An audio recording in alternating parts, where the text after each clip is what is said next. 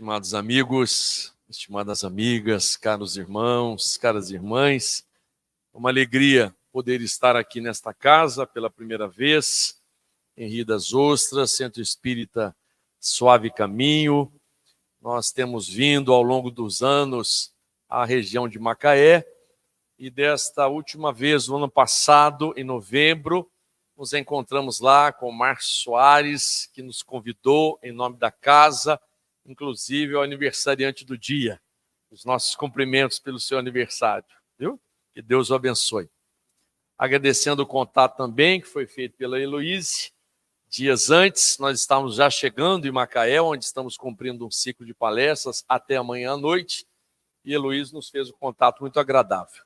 Já tivemos a oportunidade de agradecer o irmão pela parte musical, pela ambientação, né, nos trazendo canções que nos elevaram grandemente. E a chance que temos de fazer novos amigos e de reencontrar amigos, não é? Fui trazido aqui pelo Pedro Jardim e agora chega Jennifer, Nina e Saraiva, amigos também lá, que moram em Barra de São João hoje. Então, espero fazer novos amigos hoje, viu? Embora eu já conheça aqui Doralice também, do Café com o Evangélico, de vez em quando eu participo, né? Então, a nossa alegria em poder estar aqui nesta casa e reencontrando amigos e possivelmente fazendo novos amigos. Que Deus os abençoe hoje, agora e sempre. Em Atos dos Apóstolos, capítulo 22, versículos 1 e seguintes, nós encontramos a narrativa de Paulo de Tarso, na verdade, fazendo o que ele ali considera ser a sua defesa. Desde o início, diz ele então, ter nascido em Tarso de Cilícia, e que até aquela época, quando ele se dirigia para Damasco, continuava a fazer o que antes fazia, que era prender homens e mulheres seguidores do Cristo. Mas que aquele dia, ao meio-dia, assim está no texto evangélico, tradução de João Ferreira de Almeida, em O Novo Testamento, quase ao meio-dia, ele então, junto com os soldados, percebe ou identifica uma luz maravilhosa que o encegueceu e assim o manteve por 3 dias. Mas no momento em que a luz surgiu, ele ouve então a voz esta, que segundo o texto evangélico foi apenas ouvida por ele e não pelos soldados que o acompanhavam, embora os soldados houvessem também percebido a luz. Saulo, Saulo, por que me persegues? E ao cair então da montaria, tombando ao chão, ele então pergunta: quem és tu, Senhor? E a voz lhe responde: sou Jesus, a quem me persegues.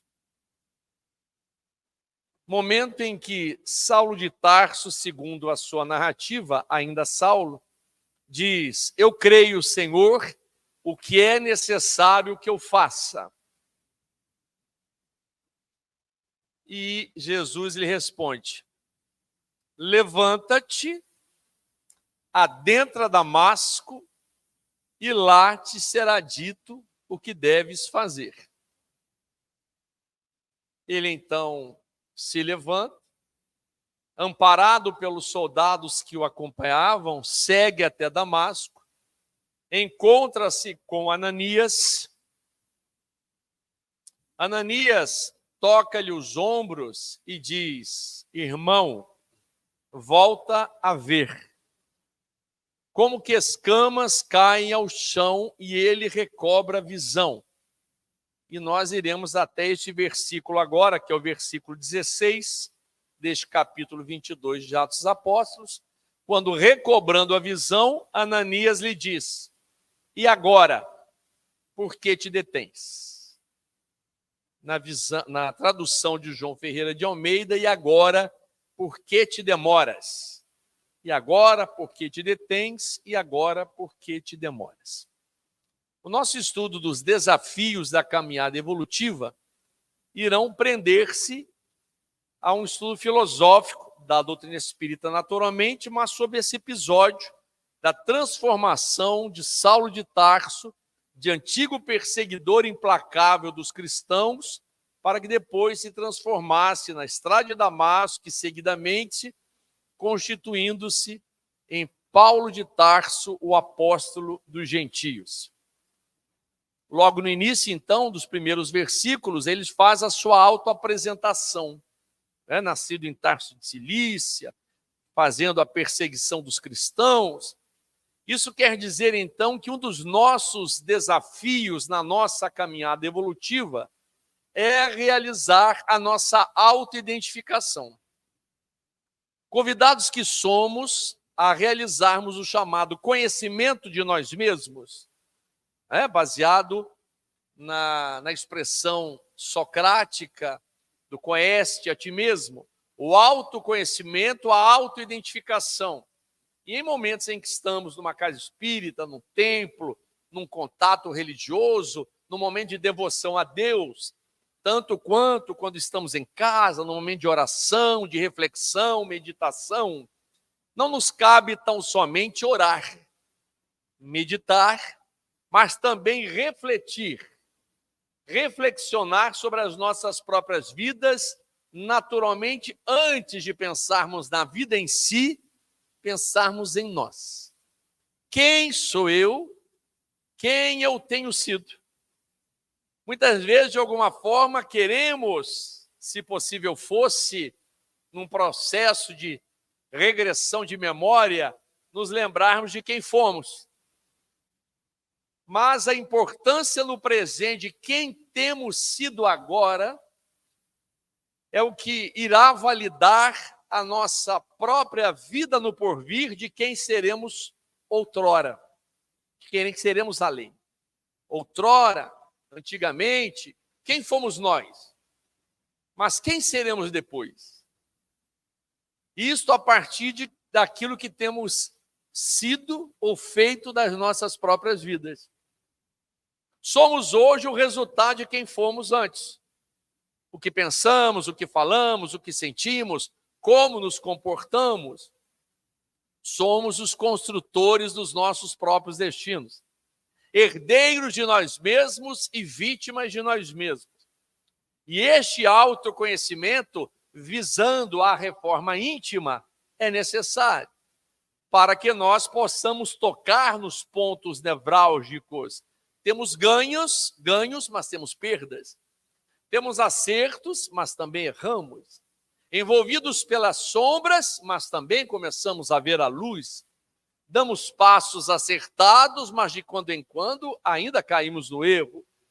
Nos sentimos em paz, de outras vezes nos permitimos adentrar a guerra. Então, esse processo inconstante da criatura humana, que por ser incompleta, inacabada, daí imperfeita, nos faz repetir erros de outrora, reprisar no hoje aquilo de que gostaríamos de nos libertar, mas também nos preparando com as vivências do agora para os momentos futuros. Então, este autoconhecimento, esta chamada viagem para dentro de si mesmo, ela se faz necessária.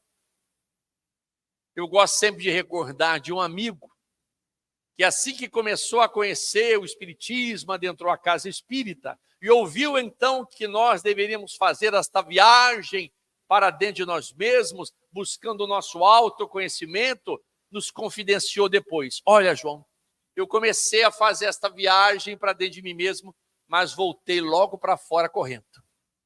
E eu perguntei por quê? Encontrei dinossauros, seres pré-históricos. Aquilo que eu pensava não mais existir em mim, ainda existia.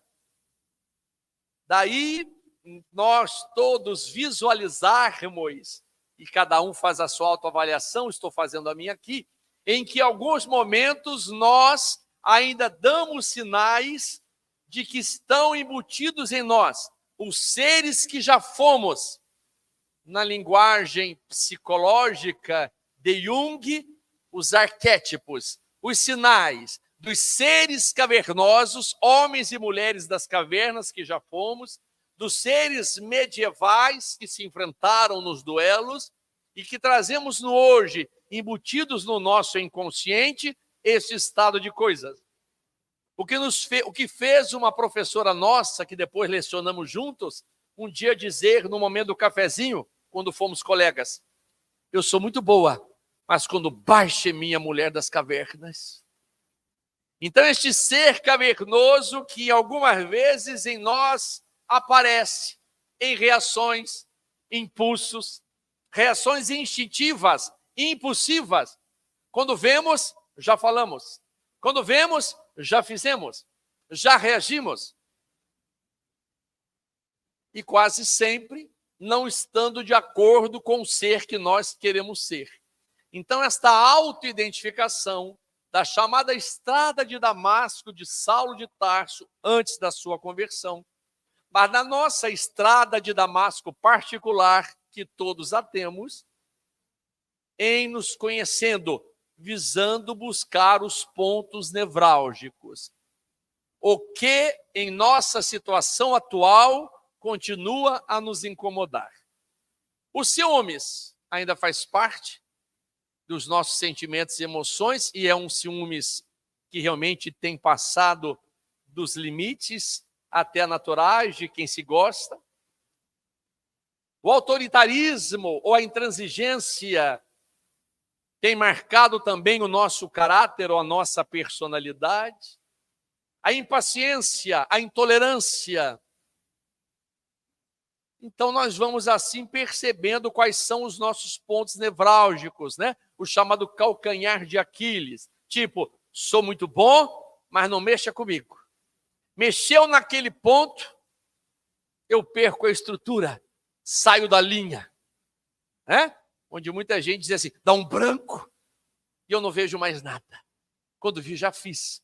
Então, essas reações instintivas, impulsivas, fazem parte de um cenário íntimo de seres em construção, em processo de transformação. Daí a reencarnação, que é a bênção do recomeço, que nos faz estar hoje aqui na Terra, com aqueles com os quais nós marcamos o encontro, ou o reencontro, para o reacerto, para a reconciliação, para a retomada do processo, para conseguir hoje o que não foi conseguido antes, e nos preparando para que no futuro consigamos o que agora não é conseguido.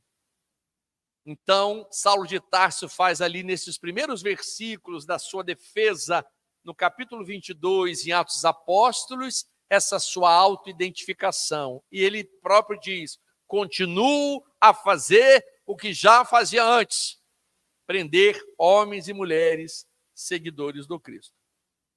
Numa análise rápida de apenas 1 minuto, em que tenhamos nós essa chance agora, eu estou contando o relógio, o que nós continuamos a fazer e que não gostaríamos de fazer mais?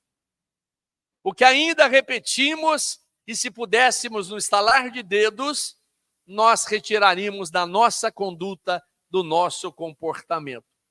Não estamos falando apenas de vícios do corpo, ou os vícios, né, chamados materiais, mas os vícios da alma, o comportamento, aquilo que me incomoda, mas que eu ainda faço. Seguidamente, o versículo diz, quase ao meio-dia, uma luz maravilhosa desceu dos céus. A importância deste quase ao meio-dia para a identificação agora da circunstância temporal. Nós estamos ligados, eu fui olhar para cá, que algumas casas espíritas têm um relógio aqui, né? E o dia é lá. Nós estamos, de alguma forma, ligados ao relógio, no contar dos minutos, dos segundos e das horas, cujo processo é um processo disciplinador para nos organizar.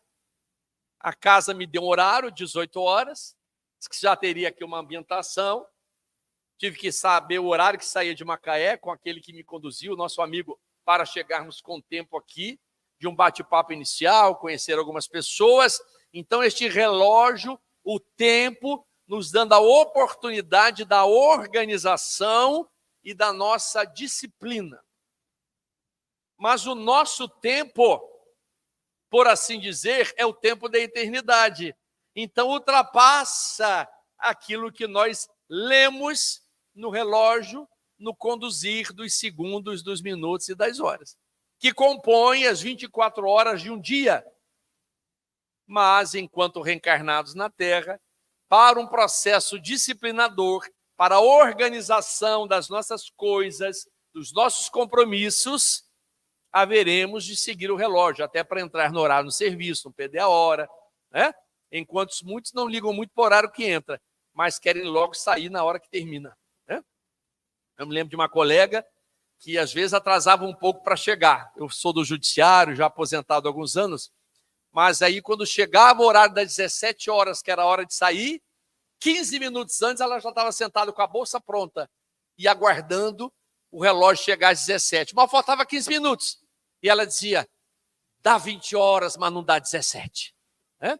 E aqueles 15 minutos eram 15 minutos que parecia de uma eternidade.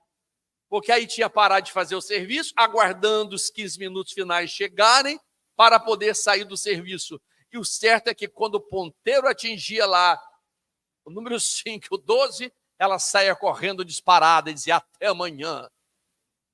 Para que no outro dia chegasse e na hora de assinar o ponto, que assim era antes do ponto biométrico, assinava o ponto e dizia mais um dia, menos um dia. Mais um dia que estava chegando, menos um dia quando terminava. E assim muitos tocam a vida. Então este meio-dia, quase é o meio-dia, é a chance de termos novas oportunidades no tempo, que Emmanuel, no livro Caridade, Espíritos Diversos, psicografia de Francisco Cândido Xavier, num capítulo chamado Talento Esquecido, diz Emmanuel que o talento que nós não podemos esquecer chama-se oportunidade. E dentro do mesmo texto ele diz, e o recurso mais valioso que a criatura humana tem para viver a oportunidade chama-se tempo. Então, no tempo da eternidade, nós não deveremos, por assim dizer, perder as oportunidades. Mas o que é eternidade? Conta uma lenda nórdica que alguém perguntou ao sábio como poderia ele explicar a eternidade do tempo e do espaço. O missionário meditou e, apontando colossal montanha de granito que desafiava as alturas, ponderou com simplicidade. Suponhamos que uma vesita, uma pequena ave, se propõe a desbastar aquela montanha, atritando o bico de encontro à pedra. Quando houver destruído tudo, estará apenas iniciando a eternidade. Então nós somos destas aves, estas avesitas, que fazem o seu voo em direção ao infinito. E temos a eternidade. Estamos atritando o bico de encontro às montanhas do eu.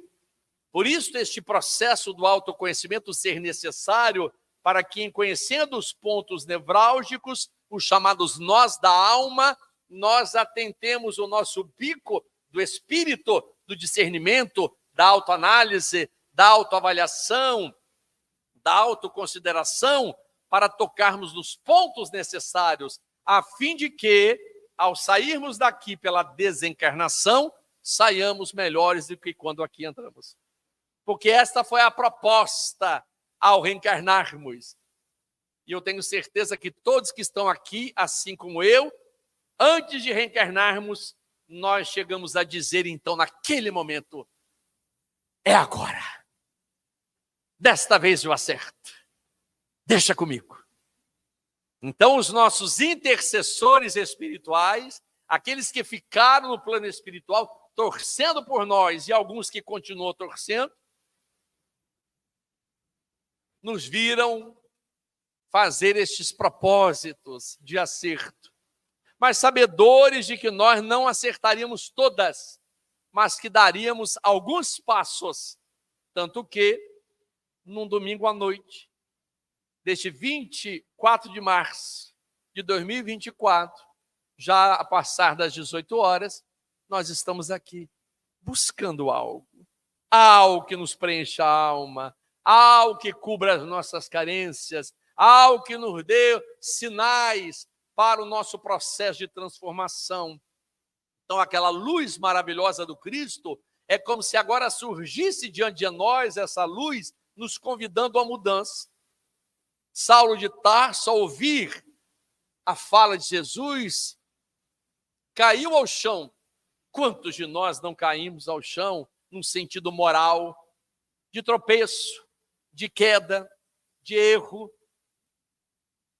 e nos acertamos, os nossos chamados desalinhos, nós nos desalinhamos daquilo que gostaríamos de fazer. E este é um fio tênue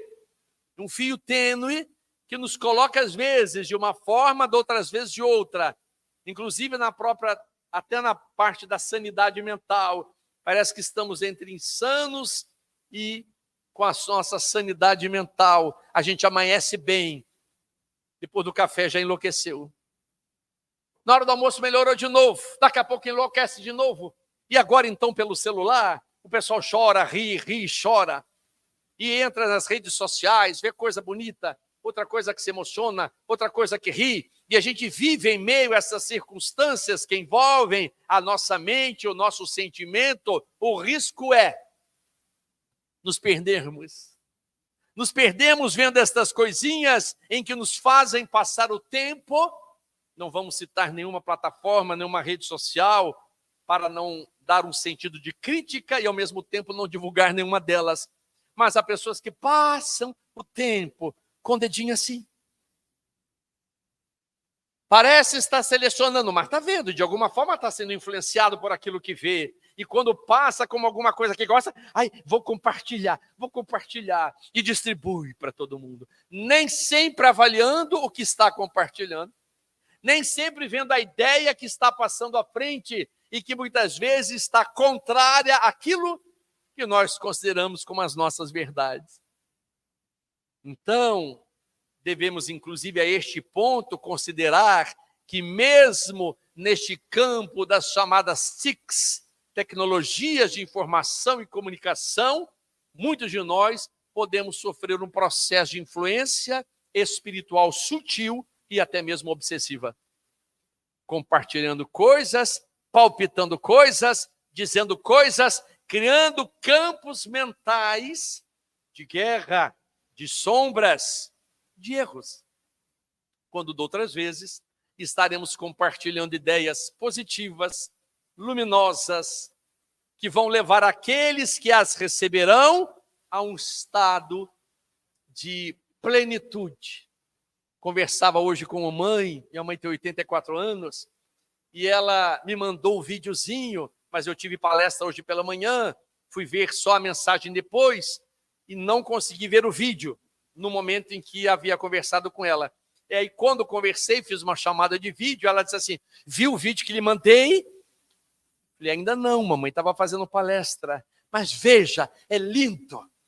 E aí fui assistir, era uma mensagem de bom dia, com considerações muito felizes, positivas, e naturalmente minha mãe não mandaria outra coisa para mim que não fosse desse teor, mas ela disse-me assim, muito alegre, com seus 84 anos, que tem o seu celular na mão, passei para tanta gente, e muitos já me disseram, obrigado, estava lindo. Isso trouxe, então, algo que a preencheu por dentro. E a gente sabe que, dada a sua orientação espírita e moral, jamais passará outras coisas que não tenham o devido valor. Destas piadinhas bobas, destas balelas, que muita gente sai rindo por aí e que a gente às vezes acha tão sem graça, que não tem um conteúdo nenhum, mas que há um compartilhamento célere e a gente vê que essas coisas vão pipocando por todos os lugares. Então, até neste ponto, nós precisamos nos autoavaliar dentro do processo da eternidade de quem temos sido, para que não cheguemos ao plano espiritual e já desencarnados, e alguém lá da própria consciência nos pergunte, então, que fizeste? E a gente, tantos compartilhamentos, tantos posts, tantos vídeos, mandei para muita gente. Não é isso de que estamos falando.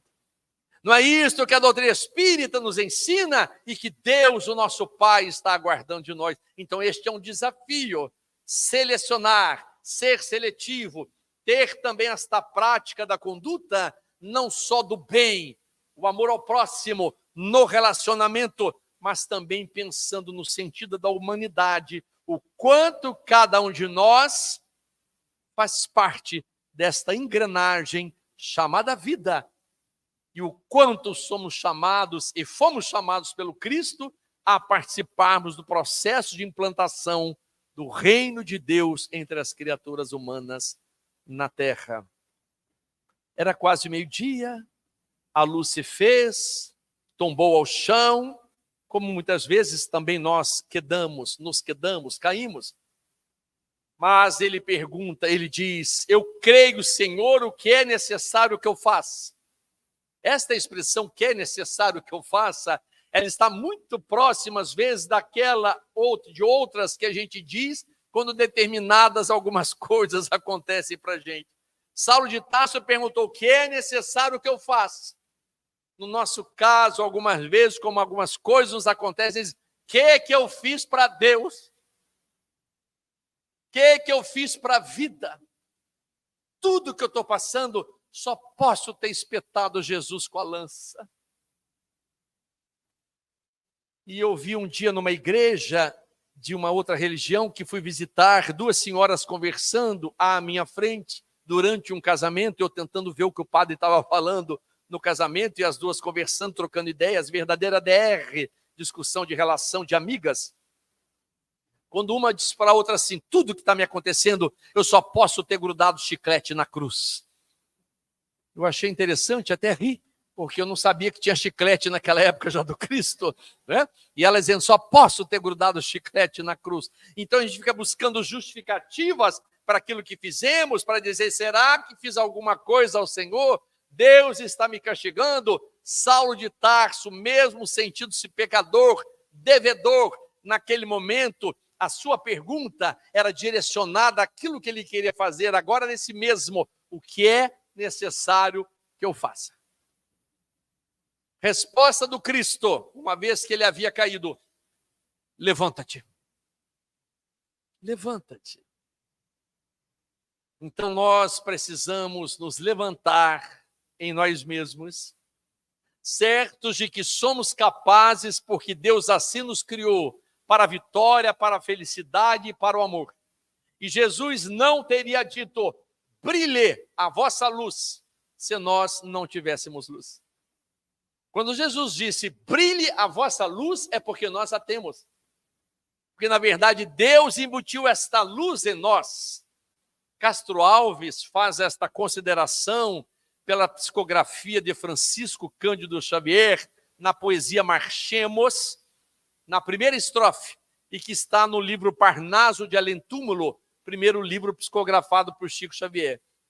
Quando a primeira estrofe desta poesia Marchemos diz assim, há mistérios peregrinos no mistério dos destinos que nos mandam renascer. Da luz do Criador nascemos, múltiplas vidas vivemos, para a mesma luz volver. Vós sois a luz do mundo. Brilha a vossa luz. Que é necessário que eu faça? Levanta-te. Adentra Damasco, ou seja, não fica caído, não fica parado, prossegue, caminha, tira a poeira das sandálias, cuida das feridas. Passamos por dores, impedimentos, vacilações, tristezas, momentos de desolamento, de desencanto, sim. Mas é preciso prosseguir, ir adiante.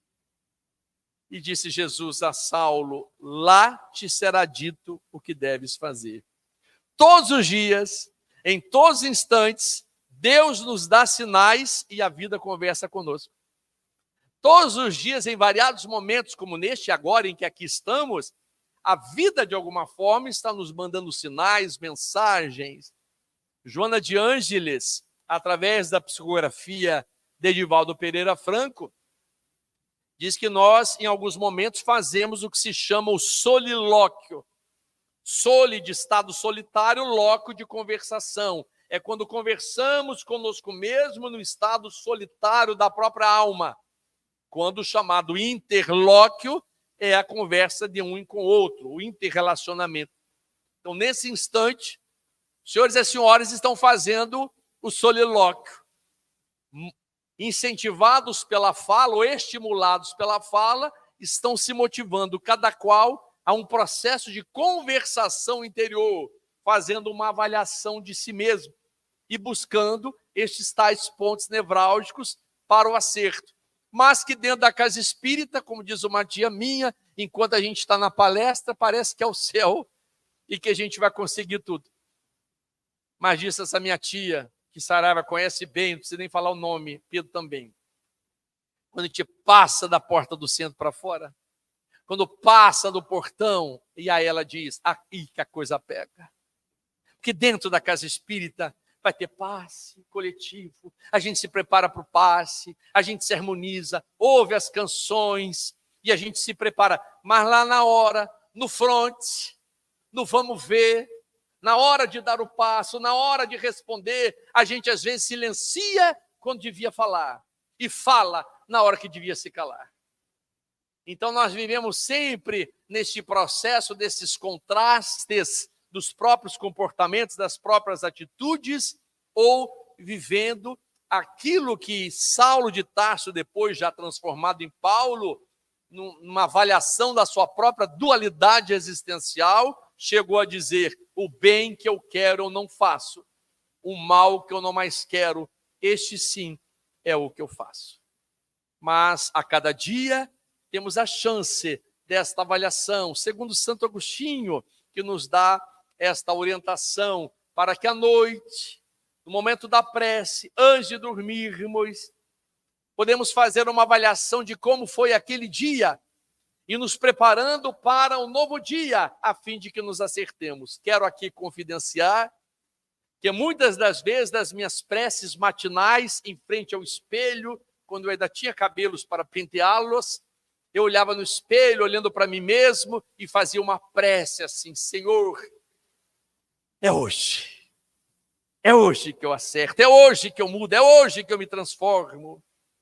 Para que logo mais à noite, depois do trabalho, voltando para casa, no momento de dormir, novamente buscando o asseio bucal, o momento de me preparar para dormir, eu fazia uma prece noturna, olhando para o espelho.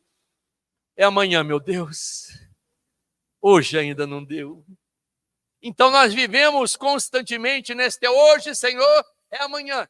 Ano que vem, esta é uma frase costumeira de dezembro. Ano que vem eu faço, ano que vem eu mudo, ano que vem vai ser diferente. Mas todos os dias nós podemos nos propor a nós mesmos este projeto de mudança. E tudo isso está a depender do levanta-te, adentra Damasco e lá te será dito o que deves fazer. Um novo dia, uma nova caminhada, novas chances, novas possibilidades. Ainda hoje, não tão somente amanhã, quando saímos do centro, uma nova circunstância, uma nova realidade, uma nova oportunidade, uma conversa com alguém.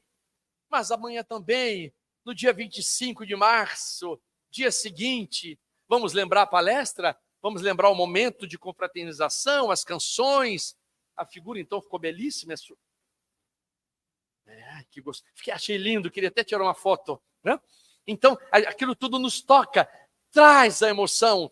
E a gente leva esse combustível lá para fora, para que amanhã, naquele momento do trânsito, em que alguém toque a buzina atrás de nós, ou venha piscando o farol, a gente se lembra, eu estava na palestra ontem, estava tão bom. Eu não sei se é isso que a gente vai fazer.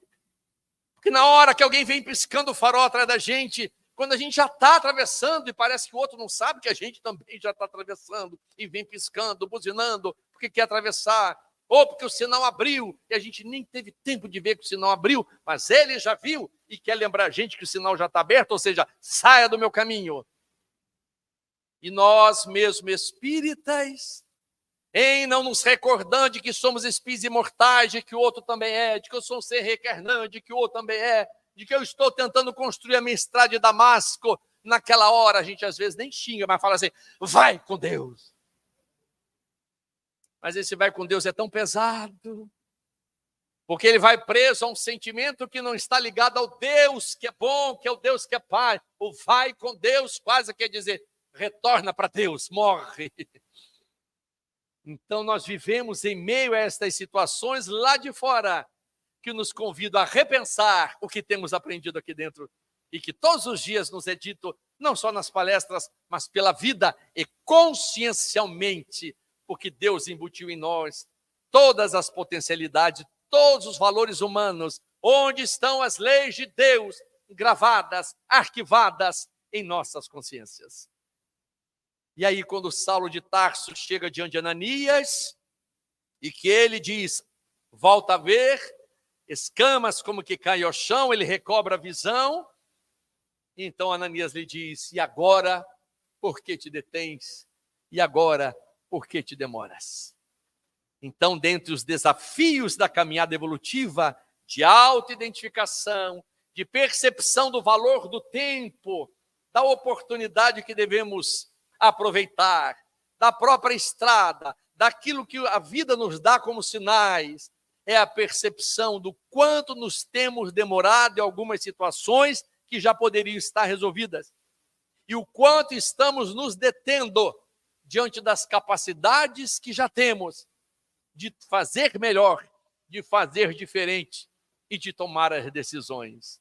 Então, numa noite como esta, em que estamos aqui reunidos em igreja, em assembleia, reunidos e envolvidos pela espiritualidade superior da casa Suave Caminho, que nos apresenta esta proposta libertadora, que nos conforta, que nos esclarece, que nos redimensiona a existência, que nos dá um novo vigor moral, que nos revitaliza a fé, a fim de nos conceder a esperança necessária para que possamos, ao sair daqui, seguirmos o nosso trajeto evolucional, gradativo, etapa a etapa, passo a passo, porque não nos transformamos da noite para o dia ou de uma hora para outra, mas que não percamos esta esperança, a boa vontade, a perseverança de fazermos tanto quanto possível o que já conseguimos fazer e mantendo sempre a fé em que nunca estamos sozinhos, Deus não nos desampara a nenhum de nós.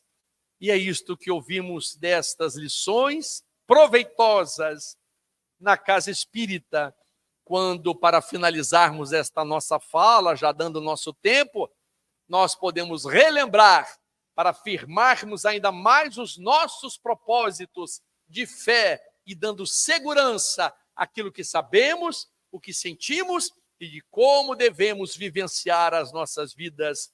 Creio em Deus, pela beleza da paisagem, pelas aves que voam, pelas árvores que frutificam, pelo perfume das flores, pelo ar que se respira e pelo céu, terra e mar. Creio na imortalidade da alma, princípio inteligente em que reside o pensamento, a vontade e o senso moral. A morte destrói o corpo, mas o espírito triunfa e conserva a sua individualidade, desligado do laço que o prendia à terra. Ele possui o corpo etéreo e a condição de espírito errante. Creio na comunicabilidade dos espíritos, porque se a alma se sente ligada a um corpo fluídico, nada será mais lógico do que a sua intervenção no mundo visível.